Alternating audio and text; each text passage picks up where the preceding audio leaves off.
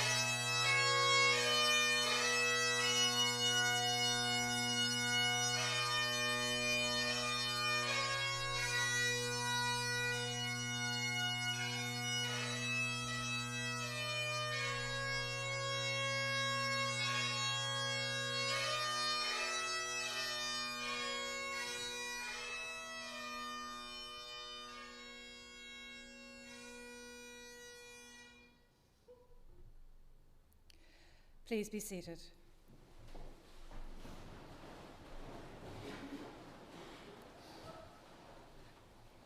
Good afternoon, everyone. My name is Rushing, and thank you all for being here today. We have gathered today to honour the life of Richard Gill, known affectionately as Dick, who died peacefully on the 23rd of June at Lagan Valley Hospital, aged 87. Today, we reflect on a life well lived and the deep bonds he formed with those who he loved. Dick was the beloved husband of Sylvia and a devoted father to Keith, Peter and Lee. He was also a proud father-in-law to Anna, Karen and Rowanna, and a much-loved granda to Rachel, Adam, Sarah, Jack, Lauren, Albie and Romalie. His family was a central part of his life, and he held each of them in his heart with immense pride and affection. He is also remembered today by his younger brother Mervyn and by neighbours and friends and others who were touched by his presence over the years. As we begin this ceremony, we take a moment to pause, to leave the world outside for a little while and to focus our thoughts on the man we have come here to remember. We will share stories, reflect on memories, and celebrate the life of a husband, a father, a granda, a brother, and a friend whose presence meant so much to many. Though this is a time of sadness, it is also a time of deep gratitude for the years shared, for the love given and received, and for the legacy of a life that touched others in ways both big and small.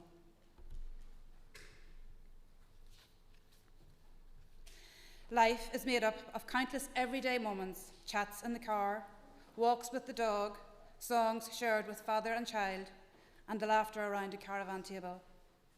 For Dick, these weren't just passing minutes.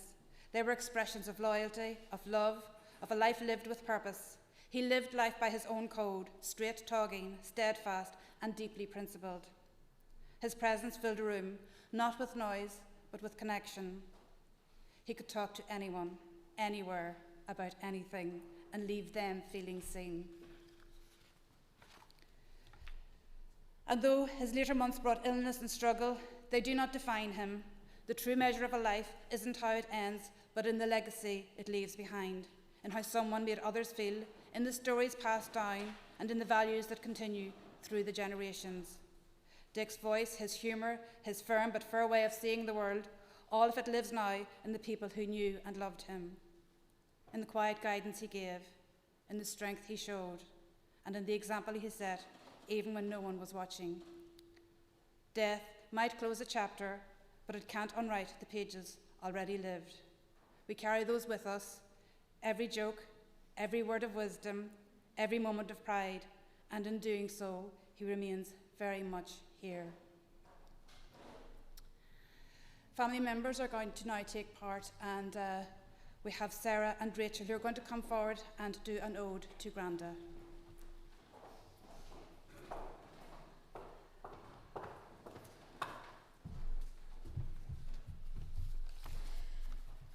Hello everyone, and thank you for being here today as we remember and celebrate the life of a very special man, our Granda. We wanted to briefly speak about our Granda's character and humour, which is something that we all loved about him. My favourite thing about visiting our grandparents was that he always met us at the door with a big hug and a kiss, and would see us off waving from the driveway. He'd even chase after us down the street, and we'd be waving out the back of the car until we turned the corner, laughing at how silly he was. One of the simplest and fondest memories we have of him is when we were younger, he'd make us laugh by sticking his false teeth out at us. At the time we were scared by it, we'd no idea how he could do it, but over time it was something we found hilarious, and we'd ask him to do it all the time for us. Of course, he would always refuse to do it. He loved to wind us up, but eventually he would give in and he would do it for us, and he had us in stitches. We just thought it was the funniest thing ever. I remember my dad joining in the fun. He would say to us, "You know your Granda keeps his teeth in a glass of water on his bedside table, right beside his hair." Granda's sense of humour never left him. Even near the end in the hospital, it was still there. Just last Thursday I went to visit him, and my granny was brushing his hair, and our dad, whoever the joker, he said, "Oh, I give his wig a wee brush," and without missing a beat, Granda turned around to him and said, "You want me to lend you some?" That was Granda. Always quick-witted, always kind, and always ready to share a laugh. His humour, his warmth, and the love he showed all of us will be carried in our hearts forever. We'll miss him dearly, but we'll always remember him with a smile. Thank you.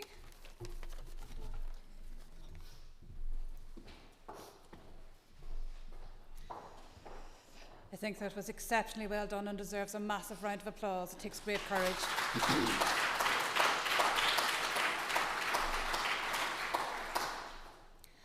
Adam is now going to come forward and read a poem.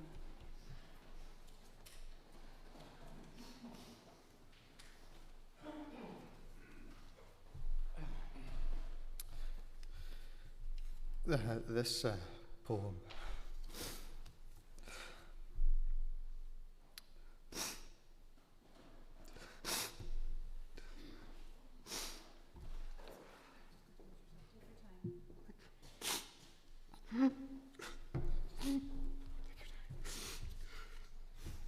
A life well lived. A life well lived is a precious gift of hope and strength and grace from someone who has made our world a better, brighter place. It's filled with moments, sweet and sad, with smiles and sometimes tears, with friendships, former and good times shared, and laughter through the years. life well lived is a legacy of joy, pride and pleasure, a living lasting memory our grateful hearts will treasure.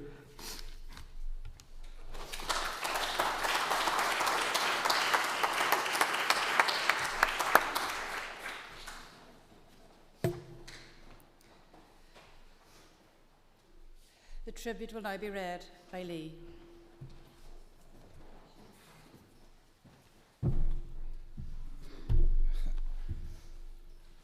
Good afternoon, everyone. Thank you all for being here today. It means the world to our family to see so many familiar faces, friends, colleagues, and loved ones. If I had to sum my father up in one line, it would be this: no better friend, no worst enemy. Fiercely loyal, deeply principled, and never afraid to stand up for what he believed was right. He was a policeman through and through. Retirement might have ended the shifts, but the policeman never left him. You can take the boy out of the RUC, but you cannot take the RUC out of the boy. He carried that sense of duty into everything he did, always looking out for people, always holding himself to a quiet standard of service. Yes, he was a tough one, but beneath it all was someone who got people. He had a rare gift, a way of connecting that made everyone feel seen, heard, and maybe even a little wiser for having talked with him. As Nelson Mandela once said, talk to a man in a language he understands, it will go to his head. Talk to him in his language, it will go to his heart. My father had mastered the latter. He loved westerns, John Wayne especially, and I think that says a lot. He had that cowboy spirit, a little bit rough around the edges, loyal to the bone, and always living by his own code. He loved the flutter on the horses, the dogs, and the football. And yes, he loved a drink. But he never claimed to be perfect. He was real, honest, and that made him all the more admirable. One of the things I'll carry with me the most are his sayings. The little phrases he dropped into conversation like they were nothing. But they always stayed with you. They said so much about how he saw the world. How'd you make God laugh? Tell him what you're doing tomorrow. Keep your high hand low. And I still to this day do not know what that means. So if anybody here today can tell me that, please do, because he would never tell me. He would just say, Lee, think about it. A fish that never opened its mouth never got caught. It takes a wise man to act the fool. Never educate anyone unless you have to. And when you were troubled and he could see it, he'd ask, what are you thinking about? You'd say, nothing. He'd say, it's impossible to think of nothing. And he'd then say, I'm not always right, but I'm never wrong. Each one was a blend of humour, truth, and that unmistakable glint in his eye. They weren't just throwaway lines. They were his way of nudging you towards seeing the world a little more clear, or at least with a smile. His voice, his values, and his presence live on in us. In how we treat people, and how we face challenges, and in how we hold ourselves with no one's watching.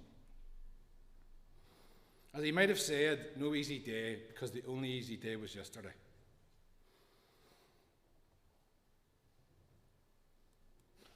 Dad, thank you for the love, the laughs, and for being who you were.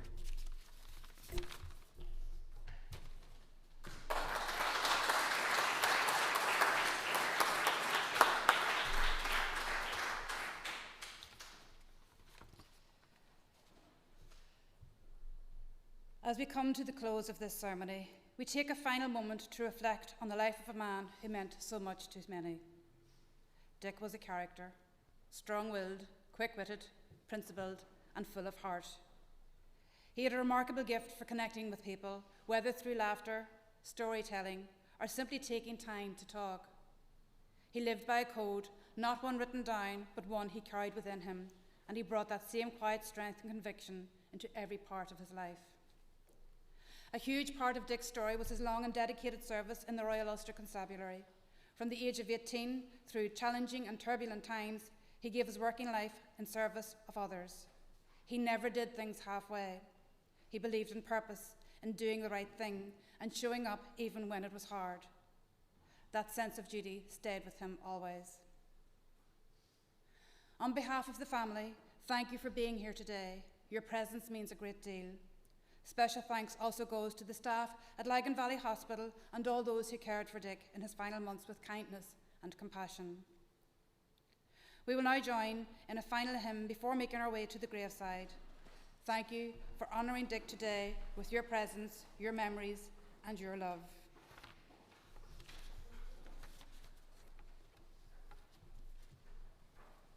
Please be upstanding.